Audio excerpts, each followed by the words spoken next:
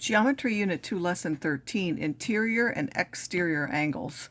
So in this lesson, we actually want to prove the Triangle Sum Theorem, which we looked at before, and also the Exterior Angle Theorem. We want to find the sum of the interior angles of any polygon, and then we want to apply these different theorems in solving problems. So an interior angle are the angles formed by two sides of a polygon with a common vertex.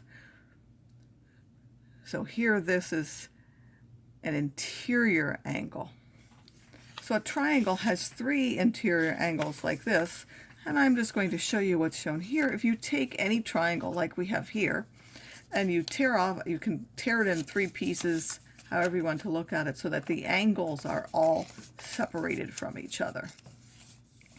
And then you lay those three angles together,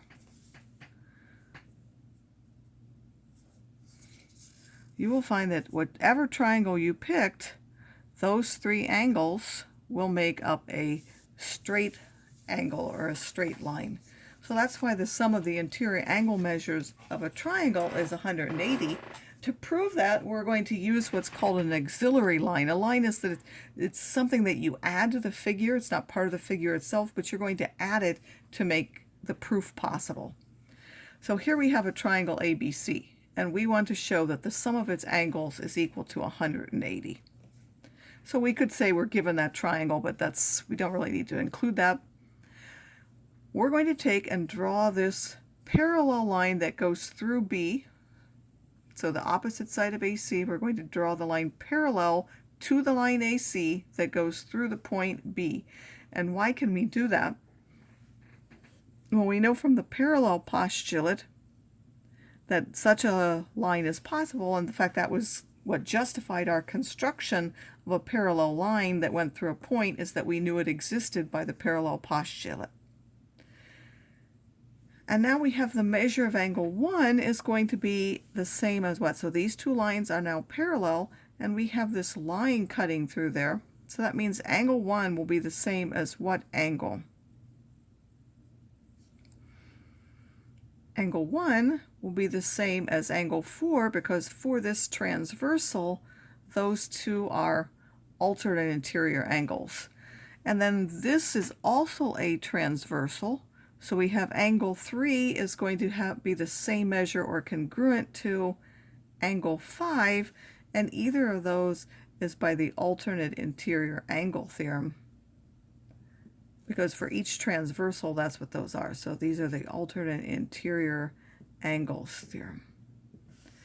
Now, by the definition of a straight line, we know that segment addition postulate, that 2 and 4 and 5, because that gives us a straight line just like it did here when we lined them up, that has to add up to 180.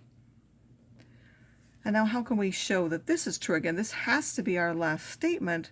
Where does that come from what we had before?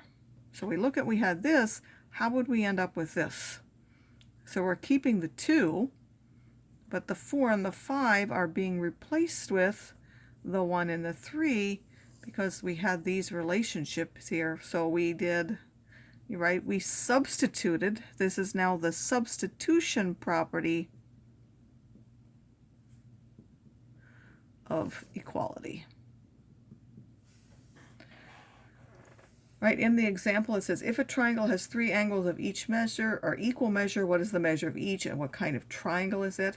So we could use x for the angles. So here we had 1, 2, and 3. Each of those is the same.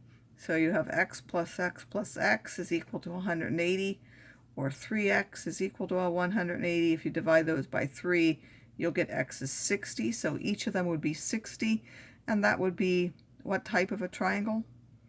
Of course, that is an equilateral. It's also equiangular. This is an equilateral triangle.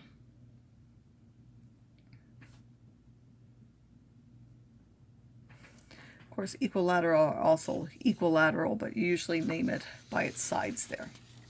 Right, now we want to look at convex polygons. Convex polygons are where the vertices are outside, like none of them goes into the inside of the triangle. So if you can't do it for a triangle, but for a quadrilateral, for example, if this were to point into the inside, that would be what's called a concave vertex. One of the vertices is pointing inwards. It's not away from the other vertices. So this is a convex. The ones where they cave in are called concave. So if we look at only convex polygons, and we happen to draw from one of the, so you're picking one vertex and then draw to the opposite ones. Well, two of them will be sides, only one of them will cut through the interior. And then you look at the number of different triangles that are formed. So when you have one triangle, there's only one. There's no way to do it. It just goes to the other. For this one, a quadrilateral gives you two triangles. If you have a pentagon and you pick one vertex here and you draw to the opposite, again, two of them are sides, and then the other ones give you triangles, you get three triangles, from a pentagon. For six-sided hexagon, you'll get, again, you pick one of these. Going there is a side. Going there gives me something in the inside. I go till there. I go till there. And this one just gives me another side. And I end up with 1, 2, 3, 4 triangles. For seven sides heptagon, if you do that, if you pick one of these, again, that's a side. This one goes to the inside, the inside, inside, the inside, and then that's a side. And we get 1, 2, 3, 4, 5 triangles. If you continue this, an octagon which has 8 sides will have 6 triangles. A nonagon which has 9 sides would end up with 7 triangles. In fact, what is the pattern that we see? So we have 4 and 2, 5 and 3, 6 and 4, 7 and 5. So if you said the number of triangles is the number of sides minus 2, that would be correct. So you take the number of sides that the figure has and subtract 2, that would tell you how many triangles there are. And that brings us to the polygon interior angle sum. If you were to number these angles 1 and 2 and 3, and then this one 4 and 5 and 6, these three add up to 180, and these three add up to 180. So the angles of the quadrilateral are the sum of all 6 of those, so you would get 2 180s. So that means for a quadrilateral, you would get 2 180s, or 360 for a quadrilateral. For a pentagon, if you numbered each one, that would be 1, 2, and 3, 4, 5, and 6, 7, 8, and 9. So you now have 3, and this is one angle makes up those. This is 1, this is 1, and this is 1. So you have, oh, I missed one angle there, sorry. This is 1, and this is 1. So there are 5 angles there. It would simply be, though, the sum of all those different angles that you had in your thing. So there are 3 of those that would add up to 3 180s, or 540. So in general, the sum of the measures of the interior angles of a convex polygon with n sides, you take n minus 2, because that's how many triangles you get, and multiply by 180. If that polygon is regular, meaning all of the sides are the same length, which will make all of the angles congruent, then the measure of each interior angle is that sum divided by how many sides there are.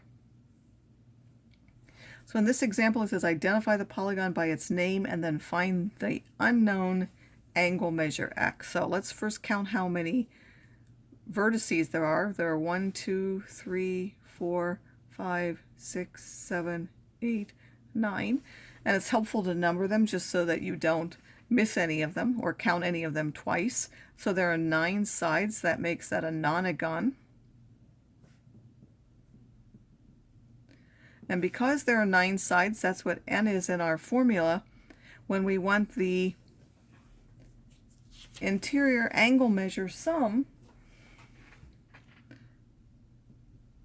so the sum of the interior angles is going to be 9 minus 2 times 180, so there's 7 180s. If you multiply 7 times 180, you get 1,260. So if I were to add all these together, I would get 1,260. I have one of them missing. How can I find it?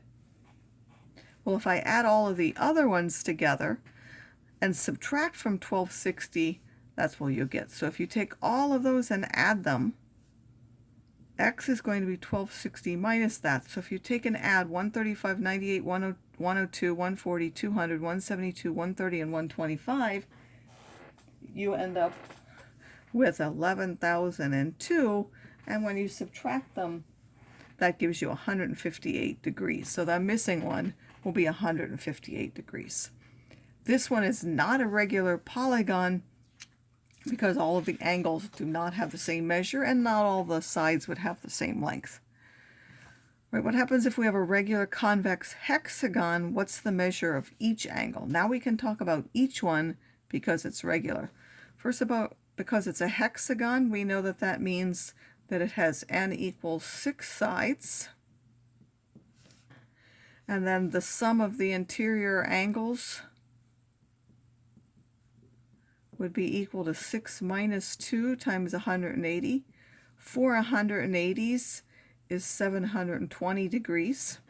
So if I were to add them all together, that would be some 720. What would each one be? Well, we take that 720 and divide that amongst the 6 angles, so each one of them would be 120 degrees.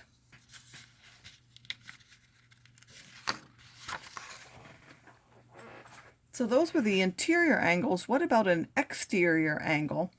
An exterior angle is formed if you extend one of the sides and then you look at the angle. Now you could extend this way, that's also an exterior angle. Generally though, if you're going around this way, then you continue to go this way and then this way, and you would look at these angles as the exterior. But we're going to look at just one exterior angles. Each exterior angle forms a linear pair with one of the interior angles. The remote exterior or the remote interior is if you take one exterior, it's a linear pair with this. The other two angles of the triangle are the remote interior angles. So now what does the exterior angle theorem say? It says that if you take the two remote interior and you take the exterior, this measure will be equal to the sum of those two measures. So how can we prove that? That's what we want to do here. We have a triangle with 1, 2, and 3, and we want to show that the measure of the exterior angle at 3, which is of course 4 here, so we want to show that the measure of angle 4 is the sum of, this is what we really want to show, is that the measure of angle 4 is the sum of 1 and 2. That's what our theorem is. So the exterior angle at 3, which is angle 4, the sum of its measure is one of those. It's the sum of those, sorry. So now we're given that triangle. We can extend the side to form angle 4. Since there are any 2 points, we know there's a unique line. And then by what can we say that the sum of those 2 angles is what? What can we fill in there? If you said the sum of the angles is 180, that's correct. And that is called the Triangle Sum Theorem. It says the sum of the angles of a triangle is 180. And now we know that 3 and 4, because they make up a straight line, those are a linear pair, they're adjacent, so their sum is also 180 by the, since they're a linear pair, that is the linear pair theorem.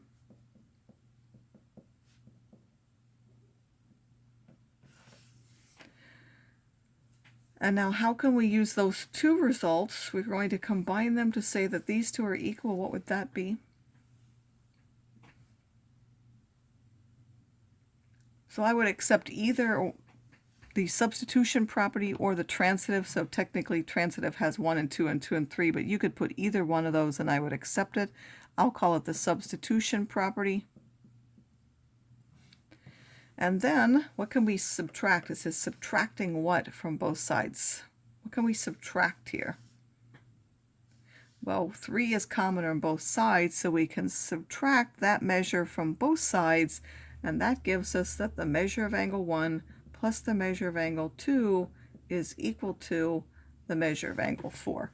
So now if we wanted to know what this angle is, instead of first having to find this and then subtracting from 180 or subtracting these from 180 or whatever you want to do to find those, you don't need to go through those steps. You just know that this is automatically the sum of those two. So now how can we use that theorem to find this angle here? Well, since this is the remote exterior, we know that this angle is the sum of this and 115, and instead of that question mark, we'll call that an x. So we have 145 has to be x plus 115. If we subtract that 115 from both sides, we'll get at that x is 30 degrees. In this example, it says find the measure of angle W.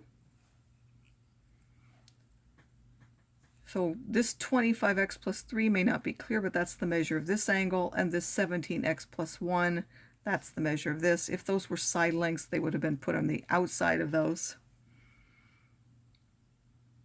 So now this 88, even though it doesn't really look like it's an 88, I guess it looks like about 88. It's not quite a straight line, or, perpendicular here to that one. It's a little bit less than that. This 88 has to be the sum of the two remote interior. So 25x plus 3 plus 17x plus 1 has to be equal to that 88 degrees. So if we combine these like terms, that gives 42x, and then that 3 and the 1 is 4. That has to be equal to 88. If you subtract that 4 from both sides, that gives you 84. If you divide both sides by that 42, you'll end up with 2, so x is 2. We're asked to find the measure of angle W. Well, that is 17 times x plus 1. This is 34 plus 1. That will be 35 degrees. And then we could find this one as well if we had wanted to. That would be 50 plus 3, or 53 degrees. And of course, 53 and 35 do add up to 88.